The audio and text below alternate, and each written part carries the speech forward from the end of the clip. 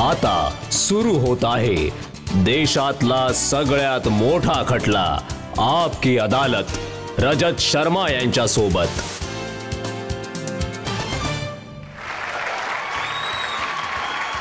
नमस्कार, आपकी अदालत मध्ये तुमचं खूप खूप स्वागत आहे।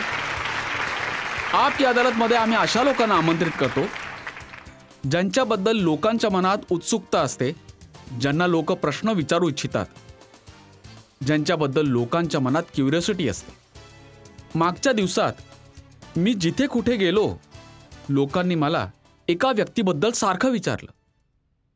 तुम्ही यांना आपकी अदालत मध्ये बोलवा आणि मी देखील विचार करायला भाग पडलो की हे कोण आहेत ज्यांच्याबद्दल प्रत्येक पब्लिक फंक्शनमध्ये सांगतात, ज्यांच्याबद्दल लोक मेसेज पाठवतात, दर्शकांकडून सारखी मागणी येते। माहिती काढली की यांचे सोशल मीडियावर खूप फॉलोअर्स आहेत। जेव्हा ते आपल्या घरातून बाहेर पडतात तेव्हा रस्त्यावर ट्रॅफिक जॅम होऊन जातं, लाखो लोकांची गर्दी जमा होते। अशाच व्यक्तीला आपकी अदालतमध्ये आमंत्रित करतोय। प्लीज वेलकम बागेश्वर धामचे प्रमुख धीरेंद्र कृष्ण शास्त्री। जय श्री राम।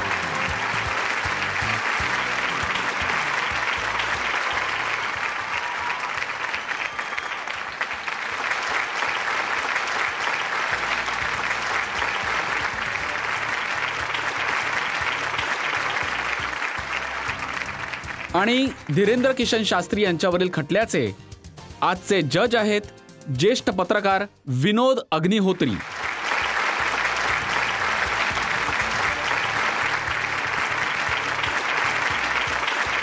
आपण खटला सुरू करण्यापूर्वी, आरोप प्रत्यारोप सिद्ध करण्यापूर्वी आजचे जज विनोद अग्निहोत्रींची परवानगी घेऊया आजचा खटला सुरू करण्यासाठी।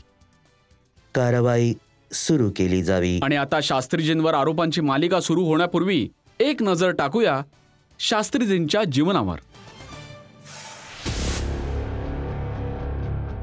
आजकाल पूर्ण देशामध्ये बागेश्वर धामचे प्रमुख धीरेंद्र कृष्ण शास्त्रींची खूप चर्चा आहे। कोणी त्यांना चमत्कारिक म्हणतं, कोणी त्यांना अंतर्यामी म्हणतं, काही लोक भोंदू बाबा बोलतात, पण धीरेंद्र कृष्ण शास्त्री स्वतःला कट्टर सनातनी सांगतात। अब हिंदू एक हो जाओ, सनातनी एक हो जाओ, यही हम चिल्ला रहे हैं कब से।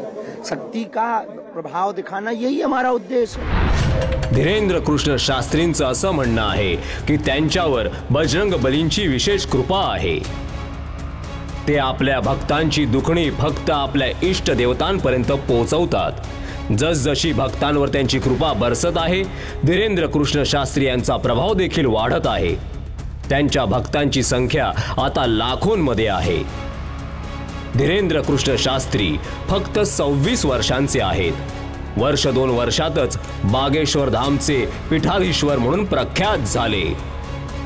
आता मोठे मोठे नेते आणि अधिकारी सुद्धा यांच्या दरबारात हजेरी लावतात। धीरेंद्र शास्त्री प्रथम निदर्शनास आले जेव्हा संस्कार टीव्हीवर त्यांची भागवत कथा दाखवण्यात आली। नंतर ते चमत्कार देखील दाखवू लागले। 21व्या शतकातील कथा वाचनाचा व्हिडिओ आजकाल प्रत्येक मोबाईलमध्ये आहे। बाबा इंस्टाग्राम पासून फेसबुक पर्यंत प्रत्येक ठिकाणी झळकत आहेत। जशी धीरेंद्र कृष्ण शास्त्रींची लोकप्रियता वाढली तसतसे वादविवाद पण समोर आले। धीरेंद्र कृष्ण शास्त्री यांचं म्हणणं आहे की ते कोणतंही दान घेत नाहीत। जे त्यांच्या दरबारात येऊ इच्छितात त्यांना फक्त हनुमानजींच्या समोर नारळ बांधून एक अर्ज करावा लागतो। धीरेंद्र कृष्ण शास्त्री एक उत्तम वक्ता आहेत। त्यांचा संकल्प आहे की ते सनातन धर्माला घरोघरी पोहोचवतील आणि भारताला हिंदू राष्ट्र घोषित करायला भाग पाडतील। आपकी अदालतमध्ये धीरेंद्र कृष्ण शास्त्री आपला खटला स्वतःच लढतील। तर चला सुरू करूया आजचा खटला। आपकी अदालतमध्ये पहिला आरोप धीरेंद्र कृष्ण शास्त्रींवर। आपकी अदालतमध्ये बागेश्वर धामचे प्रमुख धीरेंद्र कृष्ण शास्त्रींवर आरोप आहे की हे प्रसिद्धीसाठी स्टंट करतात। शास्त्रीजी, खूप साऱ्या लोकांनी मला सांगितलं की तुम्हाला आपकी अदालतमध्ये बोलवावं, सोशल मीडियावर मी पाहिलं की तुमची खूप मोठी फॅन फॉलोईंग आहे. 40 लाख लोक तुम्हाला फॉलो करतात. खूप सारे व्हिडिओज लोकांनी मला पाठवले. तुम्ही जेव्हा रस्त्यावर बाहेर पडता तेव्हा चारी बाजूने गर्दी जमा होते. तर एक व्हिडिओ मी जनतेला दाखवू इच्छितो जो तुमच्या लोकांनी मला पाठवलाय.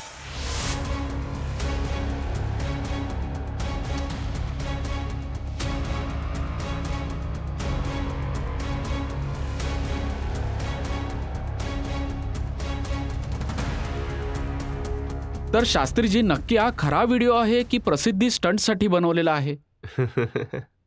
लोकांची आपली आपली एक भावना असते आपल्या दृष्टीने पाहण्याची. ही वास्तविकता कोणत्या एका जागेची नाहीये. जिथे जिथे बागेश्वर बालाजींचा दरबार लागतो, जिथे जिथे बागेश्वर बालाजींच्या कृपेने दासकथा सांगायला जातो, हे तर कमी आहेत, कॅमेऱ्यात कमी दिसत आहेत, अजून जास्त असतात. पण 26 वर्ष वयामध्ये इतकी चर्चा, इतकी प्रसिद्धी, असं काय आहे तुमच्यात? ज्याचा गुरु बलवान असतो त्याचा शिष्य पहिलवान असतो. जे लोक म्हणायचे की ईश्वर अस्तित्वात नाही, देव अस्तित्वात नाही, आमच्या मते तरी एका लहानशा गावातून, गढा गाव मध्य प्रदेश मधील बुंदेलखंडमध्ये छोटंसं गाव गढा आहे. गढामध्ये राहणाऱ्या एका छोट्याशा कुटुंबातला मुलगा धीरेंद्र कृष्ण जर इथपर्यंत पोहोचू शकतो बालाजींच्या कृपेने, तर भारतातील प्रत्येक व्यक्ती भगवत कृपेने कुठेही पोहोचू शकतो. पण तुम्ही हे नाही सांगितलं की इथपर्यंत कसे पोहोचलात. हे जे लोक आहेत जे तुम्हाला फॉलो करतायत, जे तुमच्याबद्दल इतकं भरभरून बोलतात, ते का करतात? काय आहे तुमच्यात? बागेश्वर बालाजींची कृपा जी सगळ्यांवर आहे. पण तुम्ही जर म्हणाल कारण तुमच्यासोबत जिंकणं तर कठीण आहे, तर आम्ही आधीच स्पष्ट करतो की कारण तुमचं नाव तर राजेश शर्माजी आहे. आम्ही तुम्हाला दयाळू नावाने, कारण आपल्या भारतीय परंपरेत मोठ्यांचं नाव नाही घेत, आम्ही तुम्हाला दयाळू अशी हाक मारू जर तुम्हाला वाईट वाटणार नसेल तर. नाही, तुम्ही काही म्हणा. तसं तर आम्ही तुमच्या इथे आज पाहुणे आहोत, तर हा आमचा अधिकारही आहे. तर दयाळूजी, आमच्यावर सगळ्यांवर बागेश्वर बालाजींची कृपा आहे. पण आम्ही आमच्या गुरुदेवांच्या चरणांची जी पूजा केली, त्या सेवेच्या माध्यमातून ऋषी परंपरेची जी मंत्रविद्या आम्हाला प्राप्त झाली आहे, ती एक आमच्याकडे अद्वितीय ठेव आहे, ज्याच्याने पूर्ण विश्वाचे शुभचिंतन करतो आणि पूर्ण विश्व आपल्या समस्यांच्या समाधानासाठी गुरूंच्या नात्याने बागेश्वर धाम मध्ये निघून येतो. म्हणून कदाचित लोक आमच्याकडे येतात. मी तर हे पाहिलं की जेव्हापासून तुम्ही संस्कार टीव्हीवर यायला लागलात तेव्हा लोकांनी तुमचे प्रवचन ऐकले, त्यानंतर लोकप्रियता एकदम वेगाने वाढायला लागली. हो, हे म्हणू शकतो माध्यम आहे. पण बघा, हे साधन आहे, साध्य केलं. दरबार 3 पिढ्यांपासून चालत आहे. आमचे दादा गुरुजी पण लावायचे, आम्ही पण 11 वर्षांपासून लावतो. तुमच्या नजरेत आज आलो, तर आता यात, आणि आता आम्हाला असं वाटतं की यामध्ये आमची चूक नाहीये, बघणाऱ्याची चूक आहे. किती उशिरा पाहिलं, आम्ही तर आधीपासूनच गुरुदेवांच्या कृपेने चमकतोय. मला तर वाटतं खूप लवकर पाहिलं तुम्हाला. आता तर तुमचं वय पण तेवढं नाही. आम्ही त्या परंपरेतून आहोत ज्यात 5 वर्षांचे ध्रुव बाळ लीला करू शकतात, प्रल्हादजी लीला करू शकतात, तर आम्ही 26व्या वर्षी का नाही लीला करू शकत? तर तुम्ही काय काय लीला केल्या आहेत? कोणतीही अशी लीला नाही केली ज्यात आम्ही फसले जाऊ. पण आता आपकी अदालत मध्ये आलोय, तर तुमच्या इथे आता तुम्ही जे म्हणताय, तर आमच्या जीवनात गुरुकृपेने जे जे केलं ते सगळं सनातनासाठी केलं, आणि फक्त सनातनासाठीच करू. लीलाचा अर्थ आम्ही कोणी ईश्वर नाही, आम्ही कोणी देव नाही. सर्वसाधारण जसे हे मनुष्य आहेत तसेच आम्ही मनुष्य. आपल्यात कोणीही वेगळं नाहीये, फक्त आम्ही आपल्या परंपरेला नीट ओळखलं हे वेगळं आहे. तुम्ही जेव्हा शाळेत शिकत होतात, जसे बाकी विद्यार्थी असतात तसेच होतात जवळपास, आणि शिक्षक म्हणायचे की हा शाळेत नाही आला तर बरं होईल, खूप मस्तीखोर आहे. हो, थोडे उपद्रवी होतो. कारण आम्ही जायचो तर एकतर फार कमी जायचो, पण खूप गंभीर आणि शांत भाव घेऊन आम्ही जायचो. आणि लोकांची भावना आमच्यापाशी असायची, कारण दादागुरूंचं नाव खूप प्रसिद्ध होतं. तर दादागुरूंमुळे लोक आम्हालाही स्नेह द्यायचे, प्रेम द्यायचे, खूप लाड करायचे. आमच्या दादागुरूंना हनुमानजींचा 2दा साक्षात्कार झाला आहे असं आम्हाला माहितीये, आणि आता त्यांच्या अनुयायांनाही माहितीये. तर जेव्हा आम्ही शाळेत जायचो तेव्हा लहानपणापासूनच कृपा होती, तर लोक आणि मुलं आमच्याजवळ यायचे. सगळे वर्ग तेव्हा एकत्रच व्हायचे. 9वी, 10वी, 8वी सगळे एकत्र व्हायचे, ज्यात आम्ही बसायचो. चला तर महाराजजी आम्हाला सांगा, आम्हाला किती टक्के मिळतील. तर मग तेव्हा ते लहानपण तेव्हा असे भाव असायचे दाखवण्याचे. आता तर खूप गंभीर झालोय. लोकांनी बोलून बोलून आम्हाला खूप गंभीर बनवलं. तर असे भाव होते. अच्छा ठीक आहे बाळा, तुला 56% मिळाले, अजून मेहनत कर म्हणजे 60 होतील. तर शिक्षक हनुमानजी सांगायचे की किती टक्के येतील ते? गुरुप्रेरणा. आमच्या सोबत कोणती शक्ती बोलत नाही, कोणी समोर नाही बसत आमच्या.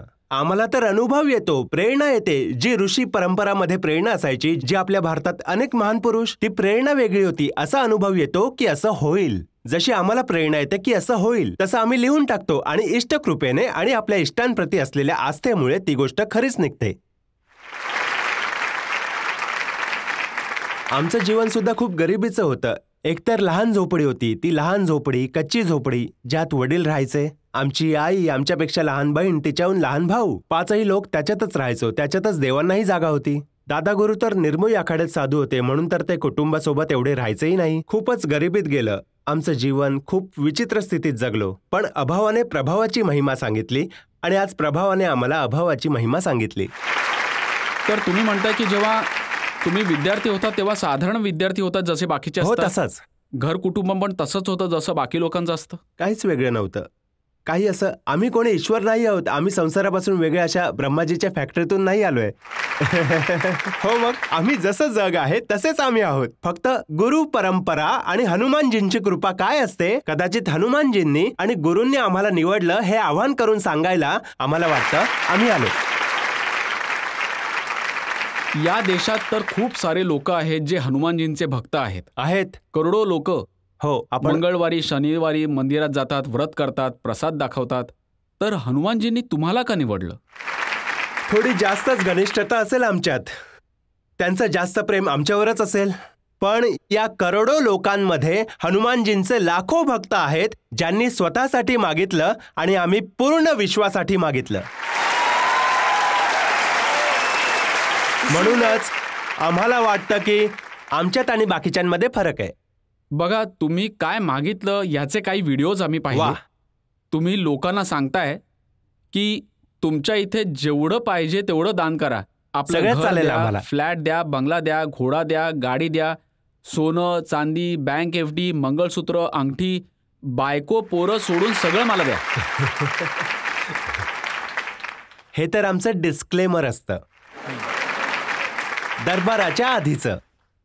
लोकांची जी भावना असते की गुरु परंपरेचे लोक आणि साधू लोक अशा करता दरबार भरवतात, देवांना अशासाठी ठेवतात कारण ते कमाईचं साधन बनवू शकतील. आणि आम्ही आमच्या दरबारात बॅनर लावून आणि माईकवर ठोसपणे सांगतो की इथे कोणत्याही प्रकारचं शुल्क फीस दक्षिणा लागत नाही. पण तुम्ही जर शिष्य मानता स्वतःला आणि आम्ही गुरु आहोत, तर गुरु परंपरेनुसार जर तुम्ही काहीही द्याल, जर तुम्हीही इंडिया टीव्हीचं हे घर आमच्या नावे कराल, आम्हाला काही हरकत नाही. आम्ही घेऊ सुद्धा. घेणं वाईट नाहीये, उपयुक्तता वाईट असते. घेऊन त्याचा सदुपयोग करतो की मग दुरुपयोग करतो. आम्ही ते घेतो. कोणी जर देत असेल तर आम्ही स्वीकार करतो गुरुच्या नात्याने. आम्ही त्या परंपरेचे आहोत ज्यात अंगठा पण दान म्हणून गुरुला दिला जातो, म्हणून आम्हीही घेतो. किती कमाई होते? आमची तर काही फिक्स कमाई नाहीये, कारण आमची कोणतीही कंपनी किंवा व्यवसाय नाहीये. कोणीही दान करतं. आमच्याकडे करोडो सनातनींचं प्रेम, लाखो करोडो लोकांच्या प्रार्थना आणि हजारो संतांचे आशीर्वाद आहेत. हीच आहे आमची कमाई. ठेवत असेलच ना, तर किती पैसे आले? जितके सनातनी तितकीच कमाई. हिशोब तुम्ही करा.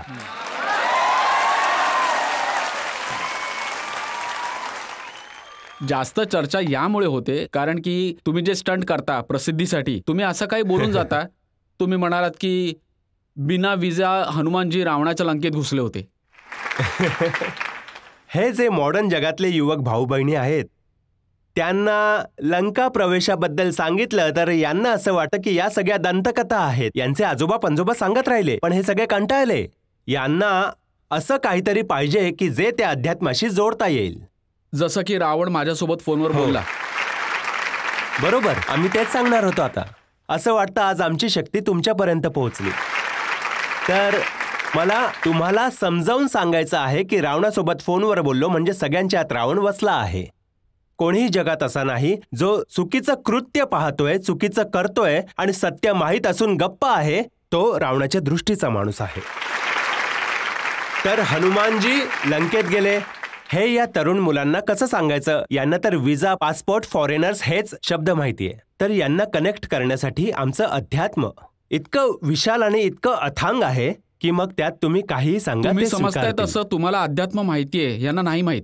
या देशातील असं आम्ही नाही जनतेला म्हणालो. तुमच्यापेक्षा जास्त अध्यात्म असं माहित आम्ही आहे. नाही म्हणालो. हा. आम्हाला आमच्या पद्धतीचं माहितीये, त्यांना त्यांच्या पद्धतीचं. ते त्यांच्या श्रेष्ठ आहेत, आम्ही आमच्यात. आता प्रयत्न करत आहोत, आम्ही विद्यार्थी आहोत. असं कधीच नाही म्हणालो की आम्ही श्रेष्ठ आहोत. आणि हा आरोप आम्हाला बरोबर नाही वाटत. तुमचं हे म्हणणं की माझ्याकडे एक गदा आहे ज्याच्यात वायफाय आहे आणि विमानात पण ते वायफाय चालतं, हा चेष्टेचा विषय नाहीये.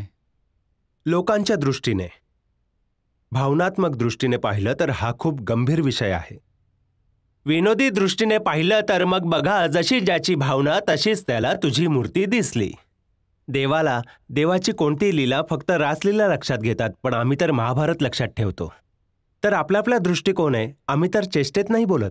आम्ही लोकांना सांगू इच्छितो की आपले देवी देवतांकडून जे आपल्या इष्टांच्या परंपरेची निशाणी आहे ती जर जवळपास राहिली, गुरुची निशाणी जर जवळपास राहिली, आई वडिलांच्या शिकवणीची निशाणी जर जवळपास राहिली, मुलगा कधीच चूक नाही करणार. तो नेहमीच आपल्या आयुष्यात यशस्वी होत राहील. शास्त्रीजी, यालाच म्हणतात आंधळांच्या शहरात आरसे विकायचा प्रयत्न करणे. असा आमचा उद्देश नाहीये. आता तर आमचा उद्देश असा आहे की नुसतं वायफाय बद्दल नाही सांगत, तर त्याची महिमा पण सांगतो. दरबारात येणाऱ्या लोकांना त्याच्या महिमेचा अनुभव सुद्धा सांगतो. मग जर ती गोष्ट चेष्टेची आहे ना, तर ती अध्यात्म, आस्था आणि ईश्वराच्या जोडीने नास्तिक पण आस्तिक बनून जातो. हे बघा, तुम्ही भोळ्या भाबड्या लोकांना सांगितलं पाहिजे, बघा मी हे चेष्टेत बोलतोय, मस्करीत तर मस्करी आम्ही करत आहे. सांगतो. आणि हे मी खरं हे सांगतो. तर आम्ही खूप वेळा सांगतो की आम्ही मस्करी करतोय. खूप वेळा सांगतो. आता कोणी आमच्या मस्करीला गंभीरतेने घेतं तर तो त्याचा अनुभव आहे. तर आता मी लोकांना सांगू का एकदा की विना तिकीट तुम्हाला पकडलं होतं रेल्वेमध्ये?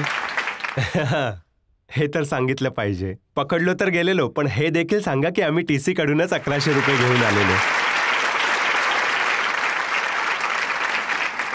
त्याच TC कडून घेऊन आलेलो ज्या वायफाय बद्दल तुम्ही चर्चा केली, त्याच वायफायच्या जोरावर त्याच्या वडिलांचं नाव सांगून आलेलो. अशा प्रकारच्याच गोष्टी बोलून असं दाखवता जसं एखादा चमत्कार केला, जशी माझ्यावर हनुमानजींची कृपा झाली, मी भविष्यवाणी करतो, मग जे भोळे भाबडे लोक आहेत ते प्रभावित होऊन जातात. आम्ही कधीच असं नाही म्हणालो की आम्ही चमत्कारिक आहोत. आज पण आपकी अदालतमध्ये आम्ही सांगतो की आम्ही चमत्कारिक नाही. आम्ही कोणी ईश्वर नाही आहोत. आम्ही कोणी महात्मा नाही. आम्ही एक साधारण मनुष्य आहोत. परंतु आमच्या इष्टांप्रती जी आस्था आहे, ऋषी परंपराप्रती जी आस्था आहे, जी महर्षी वाल्मिकीपासून पत्र दरबारची जी प्रथा चालू आहे, त्या प्रथेचं आम्ही अनुकरण करतो. त्या आस्थेमध्येच समस्या निवारण्याचा मार्ग मिळतो. तर मग तुम्ही त्याला चमत्कार म्हणा किंवा मग तुमच्या बुद्धीप्रमाणे तुम्हाला जे काही वाटतंय ते आम्हाला मान्य आहे. बघा शास्त्रीजी, खूप सारे लोक असे आहेत जे गरीब आहेत, त्रासलेले आहेत, आजारपणाने थकलेले आहेत. डॉक्टरांकडून आशा नाहीये, हॉस्पिटलमधून पण आशा नाहीये. ते तुमच्याजवळ येतात. त्यांना वाटतं इकडे उपचार मिळेल. कोणाचं बाळ बोलू शकत नाहीये, कोणाचं बाळ चालू शकत नाहीये. ते लोक खूप मोठ्या श्रद्धा विश्वासाने जी माहिती मी गोळा केली आहे ते येतात. त्यांना वाटतं की इथे काहीतरी उपचार नक्की मिळेल. आणि त्यांना मिळतो देखील. जे येतात श्रद्धापूर्वक येतात. बघा, जीवनात जर ते त्रासलेले आहेत आणि डॉक्टरांना कंटाळून किंवा कुठूनही निराश होऊन आले आणि त्यांना काही मिळो ना मिळो, आम्ही हे नाही म्हणत. ज्याची जेवढी निष्ठा तेवढं त्याला आमच्या बागेश्वर बालाजींच्या दरबारात मिळतंच. आणि जर हे नाही मिळालं तर त्याला जीवन जगण्याचं बळ आणि उमेद मिळत असेल तर हे सुद्धा काही कमी आहे का? बिना खर्चात, दक्षिणा न देता, काहीही न देता जर हनुमानजींसोबत जोडले जात आहेत, जर तो प्रभूंसोबत जोडला जातोय, जर त्याला जीवन जगण्यासाठी 4 दिवस शिल्लक आहेत, डॉक्टरांनी सांगितलं तुम्ही मरणार आहात, परंतु बागेश्वर धामच्या नावाने त्याच्या चेहऱ्यावर स्मित आहे की माझ्या प्रभूंची साथ आहे, तर जर हे हसू त्याच्या चेहऱ्यावर येत असेल तर त्याने कोणाला नाराजी का? बघा, जर बागेश्वर धामला येऊन जर कोणाचा इलाज होत असेल तर मग तुम्हाला कॅन्सर हॉस्पिटल बनवायची काय गरज होती? हेच तर आम्ही सांगू इच्छितो की दुवा आणि दवा दोन्ही आवश्यक आहे. आम्ही असं नाही म्हणालो की आम्ही डॉक्टरांच्या विरुद्ध आता मी आहोत. विचारल्यावर दवा वाढवून सांगितलं तुम्ही. नाही, मी औषधालय बागेश्वर धाम मध्ये उघडलं आहे आणि मंदिराच्या जवळच उघडलं आहे. तिथे ग्रामपंचायतीचं भवन आहे. तिथे एक आयुर्वेदिक औषधालय आहे. दुवा आणि दवा म्हणजेच खाली दवा आहे आणि तिथे ठीक नाही झाला तर दुवा करण्यासाठी चढत या मंदिरात. दोन्ही काम करेल, ठीक आहे ना? आणि ही काही नवीन गोष्ट नाहीये. आम्ही नाही सांगत, डॉक्टर स्वतःही सांगतात. ऑपरेशन करतात जेव्हा ठीक नाही होत तेव्हा तेही सांगतात तुम्ही प्रार्थना पण करा. हे खरं आहे का की ज्या परिसरात तुम्ही राहता त्याच परिसरात असे खूप लोक आहेत जे याच प्रकारचे अर्ज काढतात, जे याचप्रमाणे दुआबद्दल बोलत असतात? पूर्ण भारतामध्ये ऋषी परंपरेचे अनेक लोक आहेत. खूप लोक असं नाही म्हणू शकत, पण अनेक लोक आहेत भारतामध्ये. आणि केवळ आमच्या परिसरात नाही तर पूर्ण भारतामध्ये. आमच्या परिसरात बागेश्वर बालाजींची महिमा दादा गुरूंजवळ दरबारमुळे, कृपेमुळे असे आणखी महापुरुष मी पण आहेत. सांगतो, एक लवलेश नावाचे गुरुजी आहेत. बरं, 20 वर्षांचे आहेत आणि ते पण अशाच प्रकारचे अर्ज करतात. ते सुद्धा अशाच प्रकारचे. आम्ही कधी असं त्यांना भेटलोच नाही भावनेने. आमचं कधी भेटणंच नाही झालं. आणि या विषयावर त्यांचं स्वतःचं मत असेल, आम्ही सांगू नाही शकत. देवाच ठाऊक मत तर त्यांचं काय माहित मत नाही, असेल. पण त्यांच्यावर बलात्काराचा आरोप आहे आणि ते जेलमध्ये आहेत. नाही सांगू शकत. तर मग त्या परिसरात असे आणखी लोक आहेत? सध्या आम्ही अर्ज काढण्याच्या संबंधात फिरलो नाहीये. तुम्ही सांगाल तर यावेळी बाहेर पडून जाणून घेऊ की किती लोक आहेत. आता तर आम्हाला एक माहीत आहे, छतरपूर जिल्ह्यात एक गढा गाव आहे, तिथे बागेश्वर धाम आहे. तिथे सद्गुरू संन्यासी बाबांपासून परंपरा चालू आहे दरबाराची. तुम्हीही या. हे खरं आहे का की देशात असे खूप काही लोक आहेत? ते म्हणतात आमच्याजवळ सिद्धी आहे. जयपूरमध्ये एक आहेत, त्यांनी सांगितलं की मी कर्ण पिशाच्यांना साधलं आहे. आणि ते पण कोणाचीही जन्मतारीख सांगू शकतात, कोणाच्याही कुटुंबियांचं नाव सांगू शकतात. आमच्याजवळ अशी कोणतीही सिद्धी नाहीये, ना आम्ही अशी कोणती साधना केली आहे. आमच्याजवळ फक्त आमच्या इष्टपर हनुमानजींवर विश्वास आहे, जे अष्टसिद्धी नवनिधीचे दाता आहेत. ना आम्ही कोणती तारीख सांगतो, ना आम्ही कोणाचे नाव सांगतो. आणि जर त्यांच्या कृपेने काही समजतच असेल तर त्यात काही वाईट गोष्ट नाहीये. जनतेमधून कोणाला प्रश्न विचारायचे आहेत? साधारणपणे काय होतं की संतांचं नाव आलं की आपल्या डोक्यामध्ये एक इमेज बनते की त्यांची दाढी जी असेल, वेशभूषा असेल ती अगदी सिंपल आणि सरळ असेल. परंतु तुमची वेशभूषा बघून असं वाटतंय की अगदी कलरफुल असेलच. हे जगच रंगीबेरंगी आहे तर साधूंना पण रंगीत असलं पाहिजे. अप्रतिम, अप्रतिम. जर 7 रंगांची सुंदर दुनिया आहे माय डिअर सिस्टर, 7 रंगाने भरलेली सुंदर दुनिया आहे, तर मला काय अडचण असेल? आणि आम्ही कोणी साधू नाही, आम्ही कोणी महात्मा नाही, ना कोणतं वस्त्र लपेटलंय. आम्ही तर वर्ण व्यवस्थेबद्दल बोलणार नाही, कारण आम्ही एका गुरूंचे शिष्य आहोत आणि एक साधारण मनुष्य आहोत. आणि जर कोणी आडनाव विचारलं तर आम्ही शुक्रवंशीय शरयुपारी ब्राह्मण आहोत. तर जी 7 ब्राह्मणांची वेशभूषा आहे ती आम्ही परिधान केली आणि गुरुच्या नात्याने आम्ही या पादुका आमची ही परंपरा दाखवण्यासाठी परिधान केल्या आहेत. आणि टोपी कोणी आलं तर देऊन जातात म्हणून. आणि तूही काही दिलंच ना ताई तर तेही स्वीकार आहे. तुम्हाला वाटलं तर तुम्ही आम्हाला कपडे देऊ शकता, आम्ही तेही घालू. एक वेबसाईट आहे त्याच्यावर लिहिलेलं आहे की ही जी तुम्ही टोपी घालता ती घालण्यासाठी पण काहीतरी गुरुदक्षिणा घेता. जे कपडे घालता असे कोणी दिलेले कपडे घालतात त्याचेही तुम्ही पैसे घेता? आजपर्यंत असं कोणी भेटलं नाहीये, शोध चालू आहे. कोणी आजपर्यंत आम्हाला दक्षिणा नाही दिली, टोपी घालण्याच्या नावावर किंवा कपडे द्यायच्या नावावर. आम्ही तर रस्त्याने जाताना कोणी भेटलं तर त्याचे परिधान करतो आणि आमचे देऊन टाकतो. आम्ही तर साधू आहोत, त्या परंपरेचे आहोत, त्या परंपरेचे आहोत. आवडतात असे रंगीबेरंगी कपडे? खूपच आनंद वाटतो. काय अडचण आहे साहेब? कोणाला अडचण असेल तर त्याने जास्त रंगीत घालावे. एक शायर म्हणाले की जो खानदानी रईस है वो मिजाज रखते हैं नर्म अपना, आपका लहजा बता रहा है ये शोहरत नहीं है.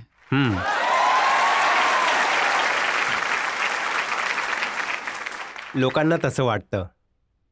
आम्हाला तर वाटतं आम्हाला आमच्या जीवनात ना आम्हाला धन प्रिय आहे, ना मान प्रिय आहे, ना सन्मान प्रिय आहे. आम्हाला हनुमान प्रिय आहे. आणि आम्ही जेव्हापासून जन्म घेतला आम्ही धनवान आहोत, कारण आमचे हनुमान आहेत. आणि जगातला प्रत्येक हनुमान भक्त धनवान आहे ज्याच्या जीवनात हनुमान आहेत.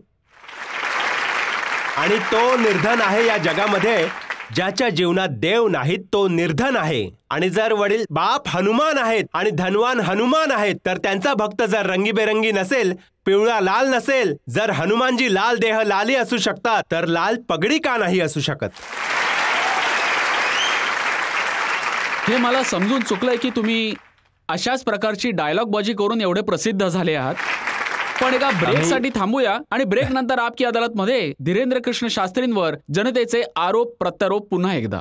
आम्ही सनातन धर्माचे कट्टर आहोत आणि सनातनचा विरोध ना आम्हाला मुसलमानांची भीती आहे, ना पाद्रींची, ना ईसाईंची. आपल्यात राहणाऱ्या काही गद्दारांपासून सुद्धा भीती आहे जे सनातनचा विरोध करतात. आम्ही त्यांच्या विरोधात देखील बोलतो. आपकी अदालतमध्ये आजचे आपले पाहुणे आहेत बागेश्वर पीठाचे प्रमुख धीरेंद्र कृष्ण शास्त्री आपकी अदालतमध्ये पुढचा आरोप. आपकी अदालतमध्ये बागेश्वर धामचे प्रमुख धीरेंद्र कृष्ण शास्त्रींवर आरोप आहे की हे असभ्य भाषेचा वापर करतात. शास्त्रीजी, काही लोक तुम्हाला पीठाधीश्वर मानतात, काही लोक गुरु मानतात, लोक तुम्हाला महाराज म्हणतात, खूप आदर करतात, कोणी तुम्हाला संत म्हणतात, पण तुम्ही ज्या भाषेचा वापर करता ते या प्रतिष्ठेला अनुकूल नाही वाटत. जसं की तुम्ही एका पत्रकाराला म्हणाला तुला उघडं करून टाकीन. ही साधूंची भाषा नाही वाटत, ही संतांची भाषा तर असूच शकत नाही. ब्राह्मण समाजावर कॉमेंट करणाऱ्या एका व्यक्तीला तुम्ही म्हणालात मूर्ख, ठठेरी के बरे, नकट्टा. तर हे ठठेरी काय असतं? आम्ही जातीवादी नाही आहोत, तुम्हाला हे आधीच सांगतो मी, क्लिअर करतो. ठठेरी काय असतं? हे आमच्या एक बुंदेलखंड मधला भावनात्मक शब्द आहे ठठरी. जेव्हा एखादी आई रागात असते आणि तिचा बाळ काही चुकीचं करत असतो तेव्हा आई आपल्या बाळाला म्हणते, अरे ठठरी के बरे, सुधर जा, नकटा. तेव्हा आम्ही खूप गावातले भोळे भाबडे अशिक्षित मनुष्य आहोत, अंगुठा छाप आहोत, नीट अभ्यास केला नाही, तर ग्रामीण मनुष्य आहोत. म्हणून आमची जी परंपरा आहे, जे कौटुंबिक बोलीभाषा आहे, त्या कौटुंबिक बोलीभाषेवर जर कोणी साधूंवर टीका करत असेल, रामचरित मानसवर टीका करत असेल किंवा देवावर टीका करत असेल, तर स्वाभाविक सनातनी हिंदू होण्याच्या नात्याने त्या प्रकारचं वक्तव्य आपोआप बाहेर येतं आणि शठे शाठ्यम समाचरेत. ही पण काही चुकीची गोष्ट नाहीये. जर कोणी देवाला शिवीगाळ करेल आणि आम्ही त्याला श्रीमानजी म्हणू किंवा स्वामीजी म्हणू, नाहीतर देव म्हणू, आम्हाला तर नाही वाटत की विनय नामान जलद जड गए 3 दिन बीत, बोले राम सकोप तब भय बिनु होय ना प्रीत. हे पहा, तुम्ही स्वतःला मोठा अशिक्षित गावंढळ म्हणून त्यामागे लपू शकत नाही. तुम्ही त्यांना म्हणालात की तू मला एकदा भेट, मी तुला चिरडून टाकीन. एकदम बरोबर, हो म्हणालो होतो मी. कारण त्यांनी कथावाचकांना भोंदू म्हणून संबोधलं होतं, ज्या विषयावर तुम्ही ही टिप्पणी केली. त्यांनी कथावाचकांना, आम्ही म्हणालो कथावाचक असू शकतात भोंदू, पण त्या विशिष्ट व्यक्तीचं नाव घ्या. सगळेच नसतात. या भारतात जगद्गुरु स्वामी रामभद्राचार्य पण आणि मुरारी बापू पण कथावाचक आहेत. पूज्यपाद श्री मलू पीठाधीश्वर पण कथावाचक आहेत. त्यात एक दास पण आहेत. या महापुरुषांवर आजवर एकही आरोप नाहीये. आणि जर या महापुरुषांवर एकही आरोप नाहीये तर सगळे, अरे एक पत्रकार चुकीचा असू शकतो, सगळे नाही असू शकत. आम्ही जर सगळ्यांना म्हणालो सगळेच पत्रकार असे असतात तर हा आमचा धूर्तपणा झाला. आणि त्याने सगळ्याच कथावाचकांना असं संबोधलं होतं. म्हणून तेव्हा आम्ही म्हणालो की बाबा, जर तुझं असं म्हणणं असेल तर महापुरुषांबद्दल असं कोणी नाही म्हटलं पाहिजे. हे निश्चित आहे की रामचरित मानस बद्दल नाही बोलणं हे निश्चित आहे. तर मग मी त्याला झोडून काढीन असं म्हटलं समजावण्यासाठी. तो तर आहे आमचाच माणूस, म्हणजे शिष्य. पण तुम्ही संत तुकाराम यांच्याबद्दल काय म्हणालात? संत तुकारामांबद्दल तुम्ही म्हणालात संत तुकाराम यांची बायको रोज त्यांना मारायची, रोज काठीने चोपायची. तर कोणीतरी त्यांना विचारलं की रोज बायकोचा मार खातोस, लाज नाही वाटत का? त्यात ते बोली भाषेत ते जरासं असं म्हटलं गेलं. आम्ही ही कथा वाचली होती एका पुस्तकात. त्यात लिहिलं होतं की त्यांची पत्नी एकदम भांडखोर होती, खूप रागीट होती आणि खूप विचित्र होती. आणि तिने एकदा संत तुकारामांना ऊस आणायला पाठवले आणि ते एक ऊस घेऊन संध्याकाळी येतात. तर ती त्यांच्या शरीरावर एक प्रहार करते. त्या ऊसाचे 2 तुकडे होतात. पण तुकाराम एकदम अद्भुत महापुरुष होते. ते म्हणाले की बघ, तू किती ज्ञानवंत आहेस. आधी 1 ऊस होता आणि आपण दोघं होतो. तू माझ्या शरीरावर प्रहार करून ऊसाचे 2 तुकडे केलेस. आता एक तू चोख आणि दुसरा मी घेतो. तर आमची जी बोली भाषा त्यात बिघडली गेली, पद्धतीने म्हणाला ती पद्धत समाजासाठी असभ्य होती, यात काहीच शंका नाहीये. परंतु आम्ही आमच्या भाषेतून समजवण्याचा प्रयत्न करतो, जी कित्येक वेळा आमची भाषा लोकांप्रती व्यवस्थित नाही. कधीच नाही. तुम्हाला नाही वाटत की संत तुकारामांसारखे महापुरुष संतांबद्दल असं बोललात, त्यासाठी आम्ही मान्य केली पाहिजे? बरोबर. जर हे कोणाच्या भावना दुखावण्यासारखं आहे तर संतांप्रती आमच्या मनात भरपूर प्रेम आहे, भरपूर प्रेम. आणि आम्ही स्वप्नात सुद्धा आम्ही स्वतः साधू परंपरेत जन्माला आलो आहे. नालायक पासून असे बोलण्या इतपत संतांमुळेच झालोय. आपणच जर संतांचा अनादर केला तर आपण आयुष्यभर राहू कुठे? म्हणून तर आम्ही एकदम विनम्रतेने, जर कोणाला दुखावलं असेल, आम्हाला नाही वाटत की आम्ही अशा प्रकारे काही बोललोय, पण जर कोणाला दुखावलं असेल, असभ्य भाषा तोंडातून निघाली असेल तर आम्ही क्षमा मागतो. काहीच हरकत नाही. आता मी अजून एक उदाहरण सांगतो. बरं झाले की तुम्ही माफी मागितली. अगदी करायलाच पाहिजे. साधू संतांबद्दल जर अगदीच. चुकून सुद्धा जर तोंडातून काही चुकीच्या बोललं गेलं. पद्धतीने झालं असेल तर तुम्ही बोलत होतात साईबाबांबद्दल आणि तुम्ही म्हणालात की आम्ही ऐकलंय ते चांद मिया निघाले. हो ऐकलंय. तुम्ही म्हणालात की खूपदा असं वाटतं की 33 कोटी काही कमी पडलेले आणि समंजस माणसाला एक संकेत पुरेसा आहे. हो ज्या साईबाबांना करोडो लोक मानतात, करोडो लोकांची श्रद्धा आहे त्यांच्यावर, त्यांना देव मानतात, त्यांची पूजा करतात, त्यांच्या मंदिरात लाखो लोक जातात, त्यांच्याबद्दल अशा प्रकारचं वक्तव्य. गोष्ट अशी होती, प्रश्न असा होता की साईबाबा हिंदू आहेत की मुसलमान. आम्ही म्हणालो आम्ही तर त्यावेळी नव्हतो ना भाऊ. जर असतो तर पाहिलं असतं की टोपी घालायचं की माळा. तर आम्ही जे ऐकलंय, कोर्टाने जे सांगितलंय ते एका पत्रकाराने, एका जी बातमी आली आहे की ते चांदमिया आहेत, त्यांनी ते त्यांच्या कमिटीच्या लोकांनी क्षमा देखील मागितली. तर आम्ही ही गोष्ट त्यांना सांगितली, बस प्रेसची गोष्ट सांगितली. म्हणून आमच्यापेक्षा हा आरोप ज्या पत्रकाराने हे छापले आहे त्याच्यावर केला नाही, पाहिजे. पण तुम्ही असं बोलल्यामुळे लोकांच्या ज्या भावना आहेत दुखावल्या. आम्हाला कोणत्याही संताप्रती अनादर नाहीये. सगळ्या धर्मांप्रती सन्मान आहे. जो ज्या धर्माला मानत असेल निष्ठापूर्वक त्या धर्माला मानलं पाहिजे. आम्ही फक्त आमच्या धर्माप्रती कट्टर आहोत, आम्हाला हे सांगायचंय. तर साईबाबांचा सन्मान करता तुम्ही? निसंकोचपणे, संत म्हणून निसंकोचपणे. बाबा साईबाबांबद्दल काय आपत्ती आहे, काय विपत्ती आहे? आम्हाला स्वतःपासून कसली आपत्ती नाहीये. हां, आम्हाला कोणत्या साधूपासून कशी आपत्ती असेल? कारण ज्या सनातन धर्माबद्दल तुम्ही बोलत आहात त्या त्यात वसुधैव सर्वात कुटुंबकम. आधी तर संयम, धैर्य, भाषेवर नियंत्रण हे सगळं.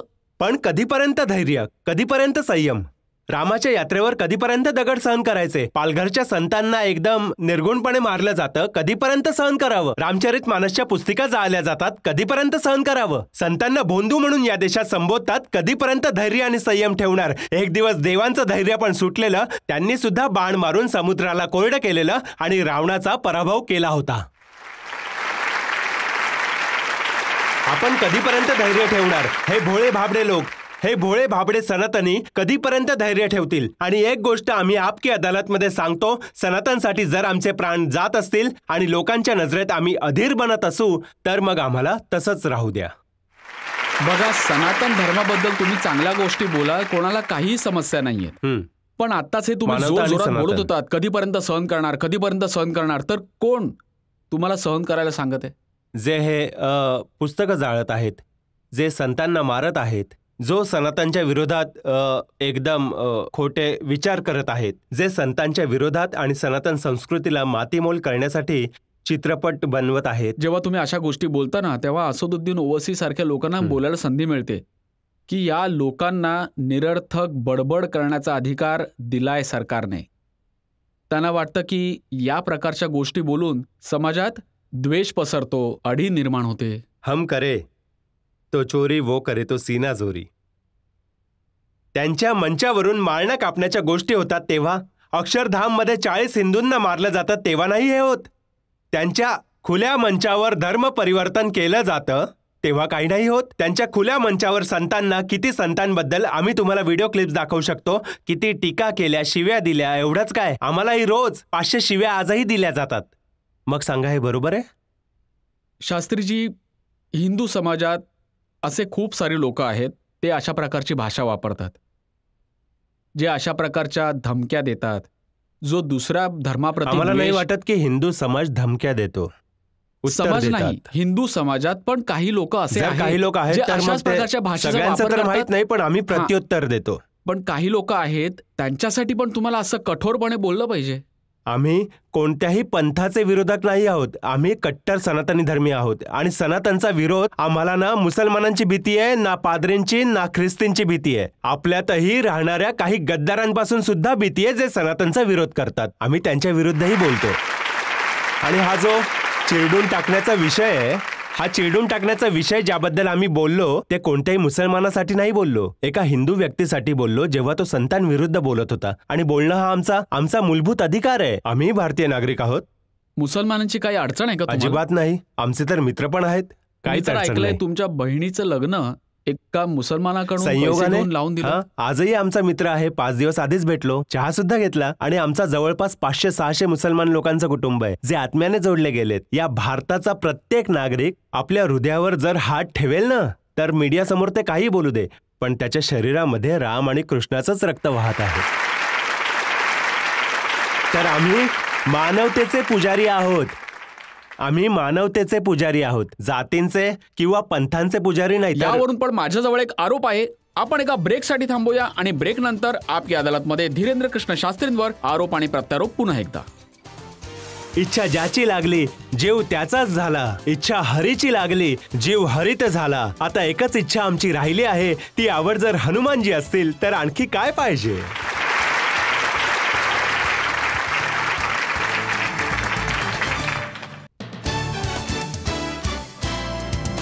Welcome back.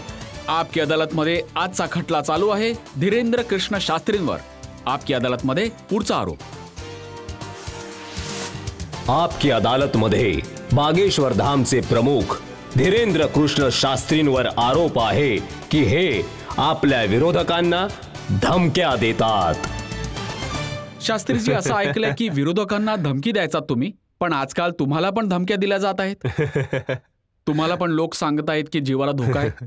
हो, ही काही नवीन गोष्ट नाहीये. तर भारतामध्ये जेव्हा जेव्हा सनातनचा विषय कोणी प्रभावीपणे सादर करतो तर तो पुसण्यासाठी आणि त्याला पाडण्यासाठी तऱ्हेतऱ्हेचे सोंग आणि षडयंत्र आणि तऱ्हेतऱ्हेचे वेगवेगळे उपाय आखून त्याला फसवण्याचे प्रकार केले गेलेत. परंतु आशीर्वाद सीतारामांचा मग काळजी कशाला. आणि राहिला विषय धमक्यांचा, तर साधू परंपरेमध्ये किंवा आपल्या गुरु परंपरेमध्ये आम्ही कधीच कोणाला धमकी देत नाही. आम्ही फक्त एवढंच म्हणतो की कायद्यात राहाल तर फायद्यात राहाल. तुमच्यासाठी सुरक्षेची मागणी करण्यासाठी तुमच्या समर्थकांनी जंतर मंतरवर प्रदर्शन केलं. त्याचा व्हिडिओ मी पाहिला आहे. आणि जे लोक बागेश्वर धामच्या नावाखाली तिथे प्रदर्शन करत होते ते म्हणत होते की आता सुरा सोडा आणि तलवारी बाळगा. आता या लोकांना गोळ्या घाला. आणि ते लोक फारच उग्र भाषेचा वापर करत. हे तर आम्हाला अजिबातच आवडत नाही आणि यासाठीची सूट आम्ही कोणालाच दिलेली नाही. कारण आम्ही स्वतःच हे सांगतो की आयुष्यभर हे लक्षात ठेवा की सनातन धर्म हा तो धर्म आहे जो अहिंसेची पूजा करतो. आणि आम्ही हिंसेच्या विरोधात आहोत. कारण हिंदूचा अर्थ असा आहे की जो हिंसेला शांत करेल. पण तुम्ही तर काही प्रतिक्रियाच दिली नाहीत. ते तुमचेच प्रवक्ते आहेत. तुम्हाला ते असं म्हणाले सांगतोय की अरे तुम्ही सगळे कधी मारणार, त्याआधीच मारले जाल. ख्रिस्तींना मुसलमानांना कधी माराल. नाही, ही गोष्ट एकदम चुकीची आहे. कारण सगळ्यांना जगण्याचा अधिकार आहे आणि आम्हाला अशी कोणतीही माहिती नाही मिळाली आणि आमच्याकडून असे कोणतेच लोक गेले नव्हते. कारण पूर्ण भारतात म्हणत असाल तर मी तो व्हिडिओ पाठवतो तुम्हाला. नक्कीच आम्ही एकदा बोलू त्यांच्याशी, निसंकोचपणे बोलू. आम्ही कधीच त्यांचं समर्थन नाही करणार. आम्ही भारतामध्ये खूप प्रेमळ आणि खूपच अहिंसापूर्वक जीवनाचे समर्थक आहोत आणि म्हणूनच आम्ही हिंदू राष्ट्राची मागणी केली. अहिंसेचे समर्थक आहात तुम्ही. किती वेळा असं म्हणालात की सगळ्या हिंदूंनी आपल्या हातात माळा आणि भाला ठेवा. हे तर आपल्या देवी देवतांच्या हातात पण आहे. प्रत्येक देवांच्या हातात आहे. कोणाच्या हातात गदा आहे, त्रिशूळ आहे. त्याची पण कोणाला तरी अडचण असेल. ज्याला विरोध आहे. आपल्या सुरक्षेसाठी भारताच्या संविधानात सुद्धा हत्यार देण्यासाठी लायसन्स दिलं जातं. तेही बंद करून टाका. जे हत्यार द्यायचं लायसन्स दिलं जातं ते स्वसंरक्षणासाठी. म्हणून तर आम्ही आत्मरक्षेसाठी भाला बाळगणार. आमची क्षमता नाही ना बंदूक घ्यायची. साहेब, गरीब माणसं आम्ही.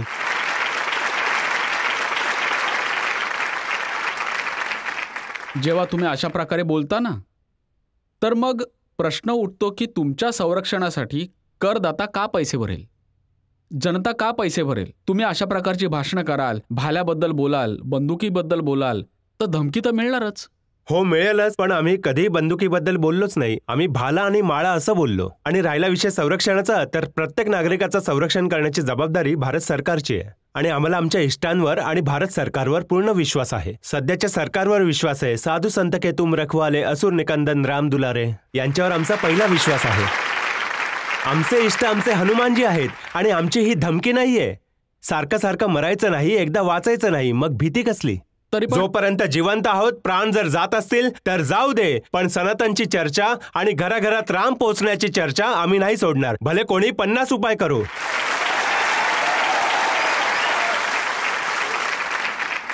कसली ना कसली भीती तर आहेच. तुम्ही म्हणतात की मी आता बुलडोजर खरेदी करणार आहे. हिंदूंनो एक व्हा, दगड मारणाऱ्यांवर बुलडोजर चालवा. हे पण आमचं एक अहिंसात्मक विधान आहे. पूर्ण अहिंसात्मक. बुलडोजर कधीपासून अहिंसात्मक होऊ लागला. वाह, तो तर विहीर खोदायच्याही कामी येतो ना. तर आम्ही बोललो की जर रामाच्या रथयात्रेत कोणी दगड मारत असेल तर बचावासाठी बुलडोझर खरेदी करा. आणि जर कोणाला आपल्या शरीराचीच अडचण असेल किंवा पंथाची अडचण असेल तर त्याने क्रेन खरेदी करावी. आम्हाला कसली समस्या आहे? आम्ही कोणालाही थांबवत नाही आहोत. पण आमच्याकडे अजून एवढे पैसे नाही आलेत की आम्ही बुलडोझर खरेदी करू. आणि तुम्ही सर्वांनी मदत केली तर आम्ही विकत घेऊ. हे बघा, हे डायलॉग म्हणणं चांगलं आहे. डायलॉग आणि नाही, लोकांना मज्जा पण येते. गुरुच्या परंपरेनुसार पण यामागे- आम्ही फक्त या गोष्टी सांगतो. हां. लोकांना डायलॉग वाटतो. हे हे हे कोणते गुरु आहेत की त्यांच्या परंपरेत कधी भाला, कधी बुलडोझर, आणि मग म्हणता मी ही अहिंसेबद्दल आमची बोलतोय? ऋषी परंपरा आहे. ही प्रभू रामांची परंपरा आहे. अच्छा, प्रभू धनुष्यबाण रामांच्या प्रभू राम वेळी पण तर बुलडोझर यायचे. प्रभू राम धनुष्यबाण बाळगायचे. आता थोडी टेक्नॉलॉजी प्रगत झाली तर टेक्नॉलॉजीनुसार आपणही बदललं पाहिजे. परिवर्तन प्रगती केली पाहिजे. काय करणार बुलडोझरचं? आत्मरक्षा. घराच्या बाहेर ठेवू की बघ बाबा आत येऊ नकोस हे पण आहे. आणि बंदूक तर हे असतात ना आपल्या शिपायांकडे, ते चालवतात कुठे बऱ्याच वेळा, कित्येक वेळा ते दाखवण्यासाठीच असतं की कोणी काही करू नये. तुम्ही ज्या गोष्टी बोलत आहात ना, की सैनिकांकडे पण बंदूक असते, जे सीमेवर रक्षण करतात त्यांच्याकडे पण असते, तर मग आपल्याकडे का नाही? अशा गोष्टी माहिती मी कोणाकडून ऐकलेली खूप वर्षांपूर्वी, भिंडरानवालेंकडून.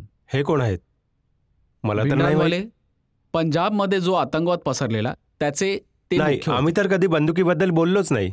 बुलडोझर बद्दल बोललो. त्यांना मी हा प्रश्न केलेला. त्यांनी बुलडोझर ठेवले होते का? मी तुम्हाला सांगतो, मी त्यांना, बघा ही चेष्टा नाहीये, मी त्यांना प्रश्न विचारलेला की त्यांची समस्या होती की हे हिंदू जे आहे ते यज्ञोपवीत का धारण करतात आणि शीख लोकांना किरपाण घेऊन जायची परवानगी का नसते. तर मी त्यांना म्हणालो की यज्ञोपवीतने काय नुकसान होऊ शकतं? तर ते म्हणाले की नाही, गळा ओळून मारू शकतो. मी म्हणालो बंदुकीबद्दल बोलताय? तर ते पण हेच म्हणाले होते की सैनिकाकडे पण बंदूक असते, ती पण स्वसंरक्षणासाठी. तर अशा गोष्टी जे लोक गुरु परंपरावाले आहेत त्यांनी नाही बोलल्या पाहिजेत. तुमच्या दृष्टिकोनातून बोलू शकतात, पण आम्हाला तर वाटतं की स्वसंरक्षणासाठी सगळ्यांना गरजेची आहे आणि जे सध्याच्या काळात आवश्यक आहे. आणि बुलडोझर बद्दल जर बोललो तर बुलडोझरचं पूर्ण अहिंसात्मक विधान आहे.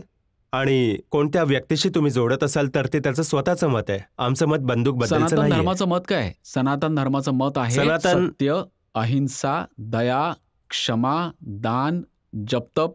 मारझोडची भाषा तर नाही करत ना. वीरता सनातन पण धर्म. आहे. हे वीरतेचं प्रतीक आहे बुलडोझर. चहा पण मागवा जरा साहेब. अच्छा. आम्हाला चहा प्यायचा आहे. आम्हाला चहा चहाची पाहिजे खूप ना? आठवण हो. येते. पाणी आणि चहा दोन्ही पाठवून द्या. हा, बोला. साधारणपणे संतांना चहा आवडत नाही, हो ना? परंतु तुमच्याबद्दल जेवढा मी रिसर्च केलाय मला कळलंय की तुम्हाला चहा खूप आवडतो. हो हे ताई, खरं आहे का? हो ताई, एकदम खरं आहे. जो कोणती रिसर्च चहा? केलाय. कोणती चहा आलं आवडते घातलेला तुम्हाला? चहा. आलं घातलेला चहा आणि आमच्या दादा गुरूंना खूप प्रिय आहे. या चहासोबत आमची आठवण जोडली गेली आहे दादा गुरूंसोबत. आम्ही 2 भाऊ आहोत तसं तर, पण ताऊ काकांचे मिळून 10 भाऊ आहोत.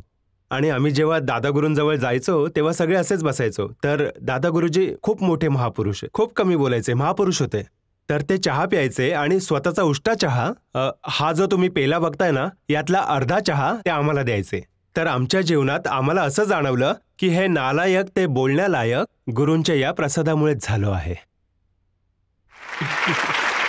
आणि यांच्या मागे सुद्धा एक रहस्य आहे. प्रत्येक बालकाने आपल्या परंपरेला सोडलं नाही पाहिजे, मग तो कितीही मोठा झाला तरीही. बहुतेक हे पण एक सूत्र आहे. सुरुवात जिथून झाली, गुरुपासून ज्याचं जीवन सुरू झालं त्याने काही विसरलं नाही पाहिजे. म्हणूनच आम्ही हे विसरलो नाही. आम्हाला तरी वाटतं ही आमची खरंच चांगली सवय आहे. चहाची सवय वाईट आहे, क्षमा करा. युवकांना विनंती आहे, नका पिऊ. पण आम्ही नाही थांबणार.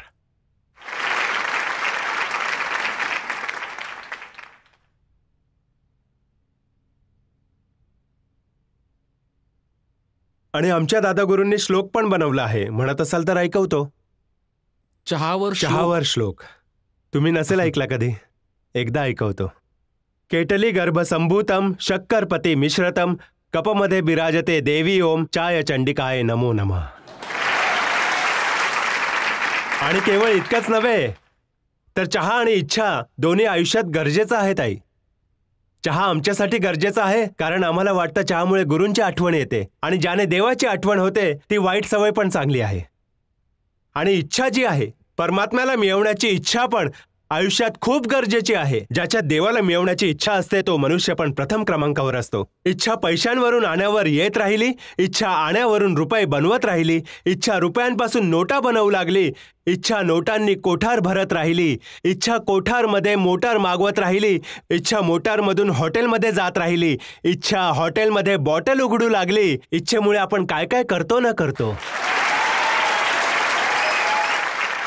इच्छा मोटारमधून हॉटेलमध्ये जात राहिली, इच्छा हॉटेलमध्ये बॉटल उघडू लागली. इच्छेमुळे आपण काय काय करतो ना करतो. इच्छा पाळली ज्यांनी ते मद्यपी झाले, इच्छा सोडली ज्यांनी ते रसाळ झाले. इच्छा ज्याची लागली जीव त्याचाच झाला, इच्छा हरीची लागली जीव हरित झाला. आता एकच इच्छा आमची राहिली आहे, ती आवड जर हनुमानजी असतील तर आणखी काय पाहिजे.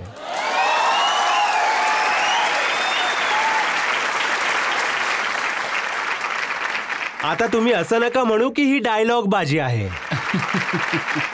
कारण आम्ही तुमच्या आपकी अदालतमध्ये हे सांगतो की आमचा कोणताच दावा डायलॉग नाहीये. आमचा प्रत्येक दावा आमच्या युवकांना आणि भारताला जागवण्यासाठी आहे. मी तर विचार करत होतो की तुम्हाला आधीपासून माहित असेल की मी काय विचारणार आहे.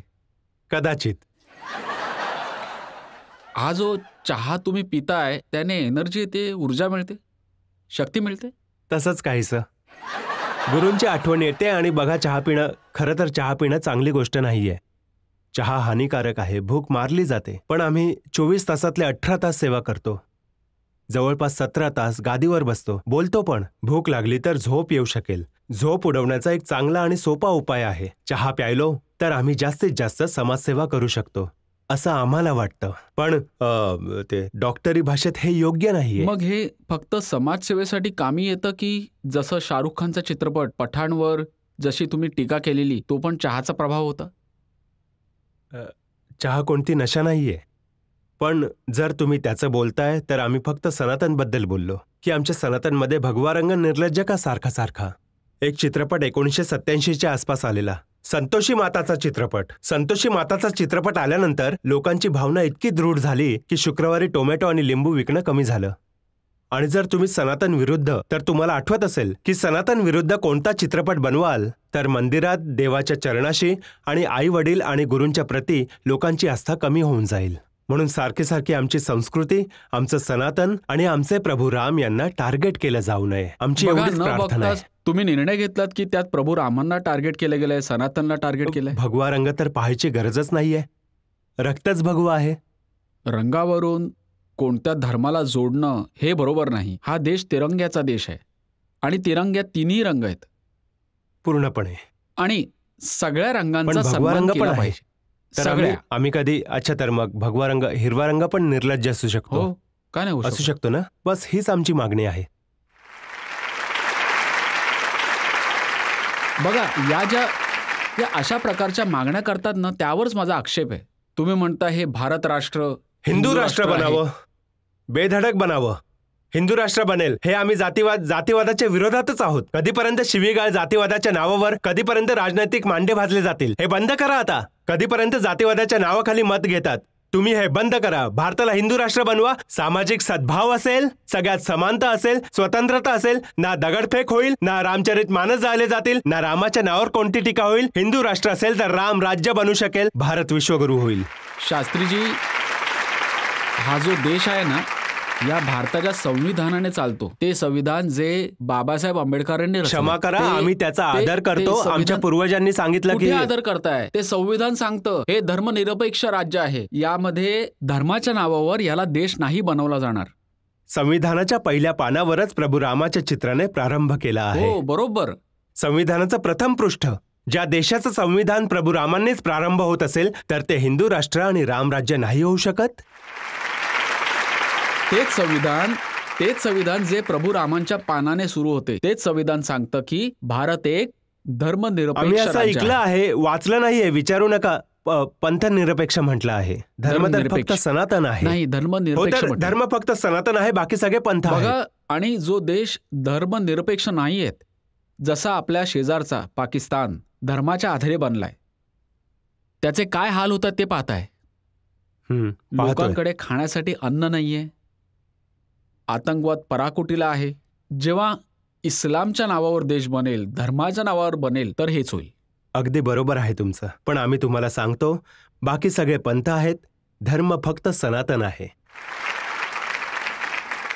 सुप्रीम कोर्टासमोर हा विषय आलेला तेव्हा सुप्रीम कोर्टाने काय सांगितले ते जसेच्या तसं सांगतो. सुप्रीम कोर्टाने सांगितलं की भारतासारख्या धर्मनिरपेक्ष देशात धर्माच्या आधारावर द्वेष पसरवण्याची, लोकांना विभागण्याची मोकळीक नाहीये.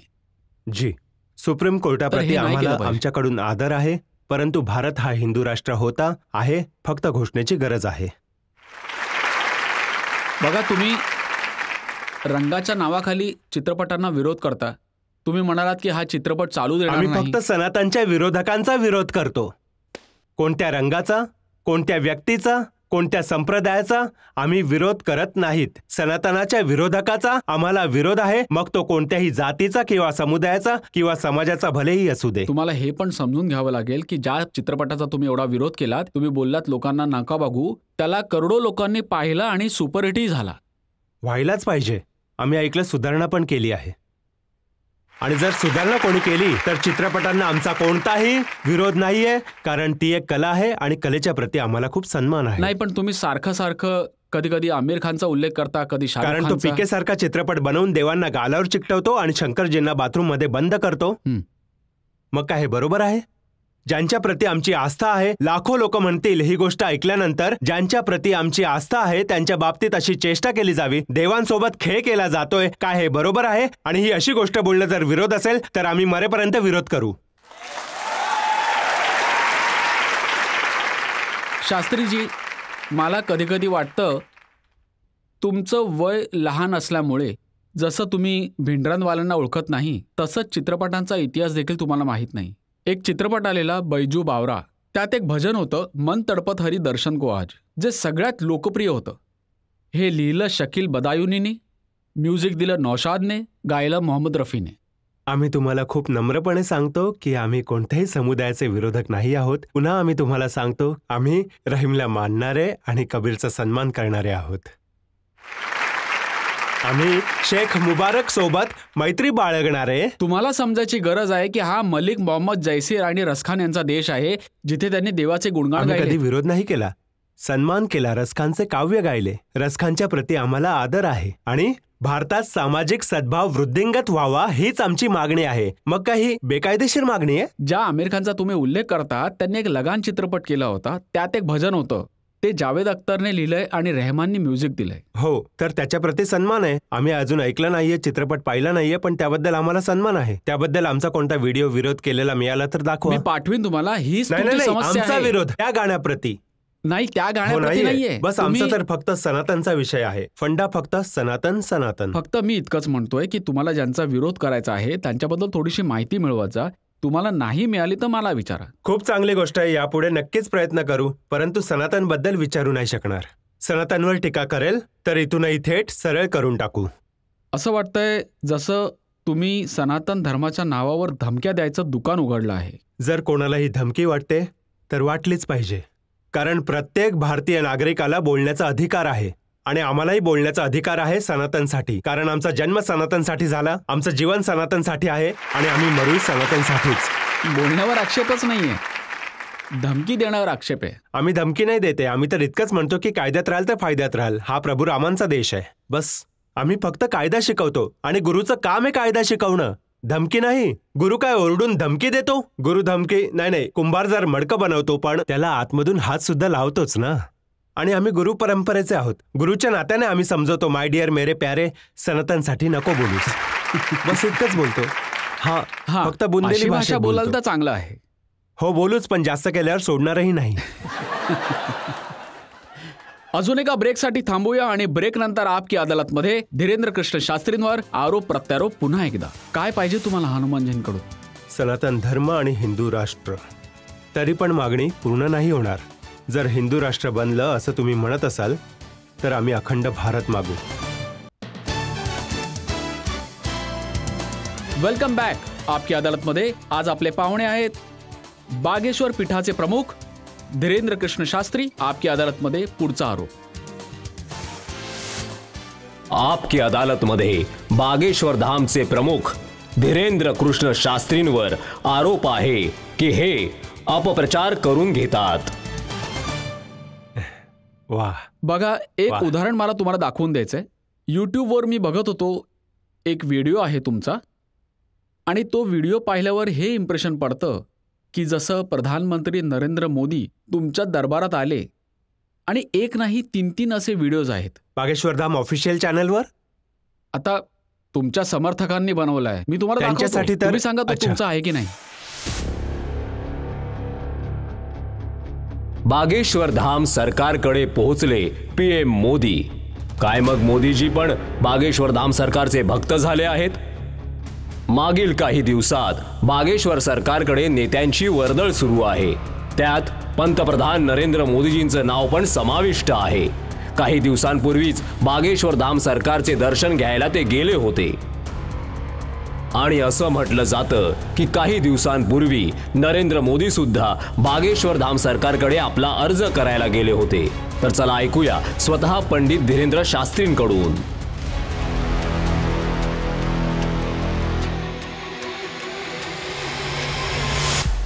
मोदीजींना हा प्रोजेक्ट आला तर तसे ते बागेश्वर धाममध्ये आले. माझ्या माहितीत असं आहे की 3 व्हिडिओज आहेत, त्यातला एक बागेश्वर धाम मधला आहे. बागेश्वर धामच्या ऑफिशियल चॅनलवरून कधीच असं होऊ शकत नाही. ना अशी चूक होऊ शकते, कारण आम्ही अशी कधी परवानगीच नाही दिली. ही तर खूप मोठी चूक आहे. TRPच्या नादात रोज तर लोक आमचं लग्न लावून टाकतात. यूट्यूबवर तुम्ही फक्त हाच प्रकार पाहिलात, पण हे सुद्धा बघा, बराच वेळ आमची नवरी बदलली जाते. Happy birthday. कधी असं म्हटलं जातं, एकाने बातमी टाकलेली बागेश्वर सरकार 23 तारखेला परिणय सूत्रात बांधले जातील. संतांचे फोन यायला लागले. हे फक्त मीडियावर, कारण बागेश्वर धाम जास्त सर्च होत आहे ना. आणि हनुमानजी सांगा का नाही सर्च होणार? हनुमानजी तर लोकांच्या श्वासात आहे, ते पवनपुत्र आहेत. तर लोक बागेश्वर धाम बालाजींच्या नावाने सर्च करतात. मग लोकांना, जे कोणी यूट्यूबवाले आहेत, सगळेच नाही, काही यूट्यूबवाले आहेत जे आपली ते काय व्ह्यूअरशिप वाढवण्यासाठी अशा प्रकारचे कारस्थान करतात, जो की अपप्रचार आहे. आणि बागेश्वर धामने त्यांच्यावर कित्येक वेळा कारवाई सुद्धा केली, त्यांच्या विरुद्ध नोटीस पण पाठवली, आणि खूप वेळा डिस्क्लेमर पण बागेश्वर दरबारात आम्ही दिलं आहे की कोणत्याही प्रकारच्या दिशाभूल पासून सावध रहा. धामचे या प्रकाराशी काही देणं घेणं नाही आहे. हे स्वतःच गुप्त पद्धतीने ते अनावश्यक काम करत आहेत, आणि हे बघा, बागेश्वर धाम यावर कायदेशीर कारवाई पण करेल. शास्त्रीजी, प्रधानमंत्रींच्या बाबतीत या प्रकारचा व्हिडिओ बागेश्वर धामच्या नावाने जातोय, तर तुम्हाला नाही वाटत की भोळ्या भाबड्या लोकांची फसवणूक होते? लोक अशा बातम्यांवर विश्वास धामकडून ठेवतील. तर झालं नाहीये, कोणी करत असेल तर माहित नाही, आणि जो करतोय त्याच्या नावाने कायदेशीर पण जर कारवाई करू. तुमचं नाव घेऊन कोण करत असेल तर तुम्ही काहीतरी ऍक्शन घेतली पाहिजे, नक्कीच, कारवाई हो. केली का? अनेकदा नोटीस पण पाठवल्या आहेत. अनेकदा कित्येक चॅनल्सना बंद केलं आहे, जे कित्येक वेळा कोणी खानच्या विरुद्ध बनवायचे आमच्याकडून, कित्येक वेळा कोणी धमकीवाला बनवायचे, बागेश्वर धाम पोचले जेलमध्ये, आणि असे हातकडी आणि आजूबाजूला पोलीस दाखवायचे.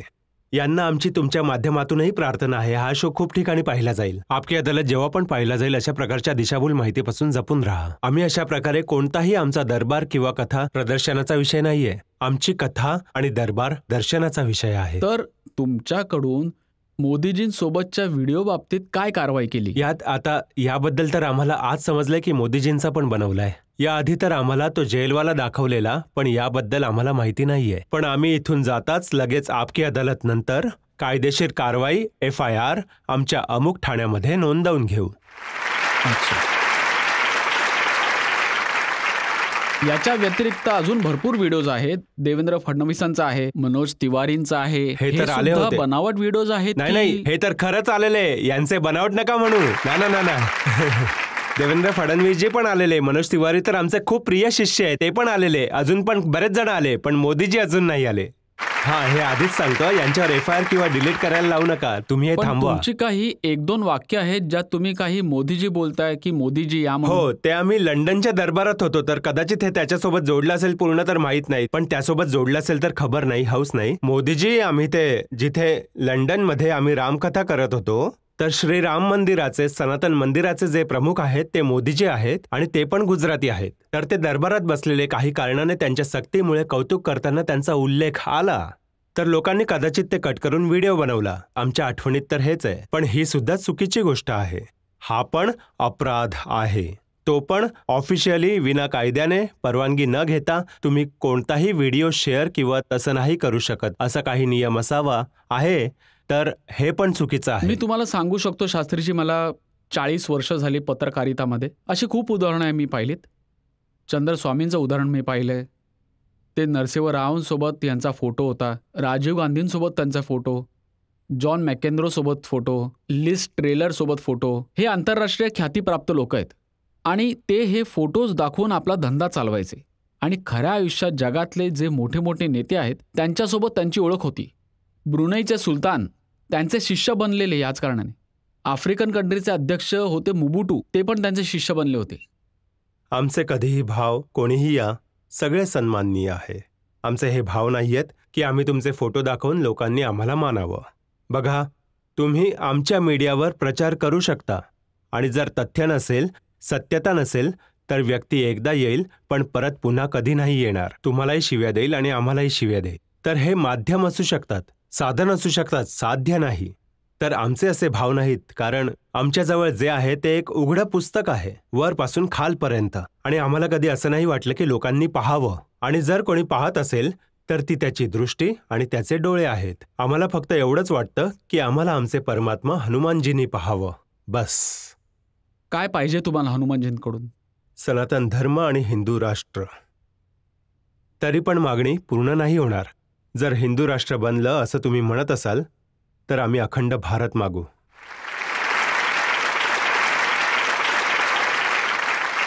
जर खरंच तुम्हाला विश्वास आहे की बजरंग बली अशी इच्छा पूर्ण करू शकतात, करतात तर ते. करतात आमचे तर स्केल करतात. थोडीशी वाढवा ना. त्यांना सांगा ना की पुतीनला समजवा की युक्रेनमधून आपली सेना परत घ्यावी. चला, हे तर आंतरराष्ट्रीय आहे, कारण जे युक्रेन आहे ख्रिश्चन देश आहे. त्यांना पण समजेल की सनातन धर्माची शक्ती केवढी आहे. आम्ही आमच्या धर्माकडून आमच्याकडून दररोज विश्वाचे कल्याण हो, विश्वात शांतता नांदो अशी प्रार्थना करतो. आणि हनुमानजींनी रावणाला पण समजावून सांगितलं होतं की मान्य कर, देव आहेत, परत पाठव त्या जानकी मातेला. पण ज्याची वेळ आली असते तर हनुमानजींचं बोलणं त्याला नाही पटणार. गुरुच्या नात्याने आम्ही पण प्रार्थना केली, पण आता ज्याची आली आम्ही तेच सांगतो. लोक येतात, आम्हाला म्हणतात आम्हाला मरायचं नाहीये. आता त्याला काय सांगणार की जो सांगतोय त्याला सुद्धा मरायचंच आहे. हद्दच झाली आता. तू वेड्यासारखं काही बोलतोस मूर्खा. पण आम्ही श्रीमानजींना खूप विनम्रतेने सांगतो की जर तुम्हाला वाटतं तर तुम्हाला प्रार्थना करायला एक दिवस बागेश्वर धामला आलं अर्ज पाहिजे. काढण्याचं काम तुमचं आहे, माझं नाहीये. आणि आंतरराष्ट्रीय विषयावर आता टर्कीमध्ये इतकं मोठं अग्निवदळ आलंय, इतका मोठा भूकंप झालाय, हजारो लोक मरण पावलेत, तर तुम्हाला पण काहीतरी प्रार्थना केली पाहिजे. नक्कीच आम्ही प्रार्थना लगेच केली. आणि आम्ही प्रार्थना करतो की दररोज आमच्याकडे जे काही आहे चूर्ण चटणी, आम्ही आमच्या गुरुजींना आणि बालाजींना प्रार्थना करतो की विश्वाचे कल्याण हो, सगळ्यांचं भलं हो. जे याची काही तुम्हाला अडचण नसणार की तो ख्रिश्चन देश आहे, इस्लामिक अजिबातच राज्य आहे. नाही. आम्ही तर स्वतः जाऊन आलो. आम्ही तर देशाच्या कल्याणासाठी, आम्ही तर त्या धर्माचे आहोत जिथे वासुदेव कुटुंबाची चर्चा केली जाते. सर्वे भवन्तु सुखिना, सर्वे संतु निरामया. सगळ्यांचं मंगल हो, मंगल भवन मंगल हारी. आम्ही असे नाही आहोत. आम्हाला माणुसकी आहे. ज्याच्या जीवनात दुःख आहे, हे बालाजी, त्याचं संकट, तुम्ही संकट मोचक आहात, त्याचं दुःख निघून जाऊ दे. आम्हाला काही फरक पडत नाही. हे तर खूप चांगली गोष्ट बोललात तुम्ही. आता एका ब्रेकसाठी थांबूया आणि ब्रेक नंतर ऐकूया आपकी अदालतमध्ये आजचे जज विनोद अग्निहोत्रींचा निर्णय आजच्या खटल्यावर.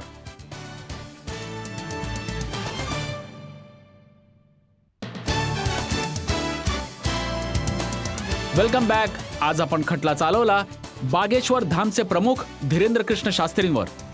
आपण त्यांना विचारलं त्यांच्या चमत्कारांबद्दल, त्यांच्या प्रवचनांबद्दल, त्यांचे धमकीयुक्त विधानांबद्दल, त्यांच्या स्टंटबद्दल आणि त्यांच्या बाबतीत सोशल मीडियावर चाललेला दिशाभूल करणाऱ्या व्हिडिओंबाबत. आता वेळ झाली आहे आपकी अदालतमध्ये आजचे जज विनोद अग्निहोत्रींच्या निर्णयाची. बागेश्वर धामचे प्रमुख आचार्य श्री धीरेंद्र कृष्ण शास्त्रींवर लावलेले सगळे आरोप आणि त्यांची उत्तर ऐकल्यानंतर कोर्ट या निष्कर्षाला पोचले की ऋषी आणि संत परंपरेच्या देशात त्यांना पण आपले विचार लोकांपर्यंत पोहोचवण्याचा अधिकार आहे.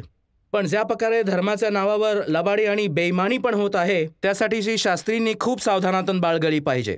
कोर्ट सगळ्या आरोपामधून श्री धीरेंद्र कृष्ण शास्त्रींना सन्मानपूर्वक निर्दोष असा निर्देश करत आहे की बागेश्वर धाम बालाजी सरकार श्री हनुमानजींची कृपेने जर कोणती सिद्धी किंवा प्रसिद्धी मिळाली तर त्याचा उपयोग लोककल्याण आणि समाजाच्या नैतिक आध्यात्मिक प्रगतीसाठी करावा आणि देशात समाजात प्रेम शांती सद्भावाचं वातावरण बनवण्यासाठी सहयोग करावा. शास्त्रीजी तरुण आहेत त्यामुळे त्यांचा जोश स्वाभाविक आहे, परंतु उत्साहासोबत चैतन्य पण गरजेचं आहे. कोर्ट अपेक्षा करत आहे की त्यांचा वाणीमध्ये संयम, करुणा आणि क्षमातून कायम राहील. आशा आहे की धीरेंद्र शास्त्री सनातन धर्माच्या याच शाश्वत मूल्यासह भारतीय संत परंपरेचा वारसा पुढे घेऊन जातील. धन्यवाद, खूप खूप धन्यवाद. याच विश्वासाने की आपल्या जज साहेबांनी ज्या सूचना दिल्या धीरेंद्र शास्त्री त्यांचं पालन करतील, सांभाळून राहतील आणि समाजात कोणत्याही प्रकारचे गैरसमज पसरणार नाहीत याची काळजी घेतील. आपकी अदालतचा आजचा खटला इथेच संपवत आहोत. पुढच्या आठवड्यात पुन्हा भेट होईल एका नवीन व्यक्तिमत्वासोबत. तोपर्यंत नमस्कार.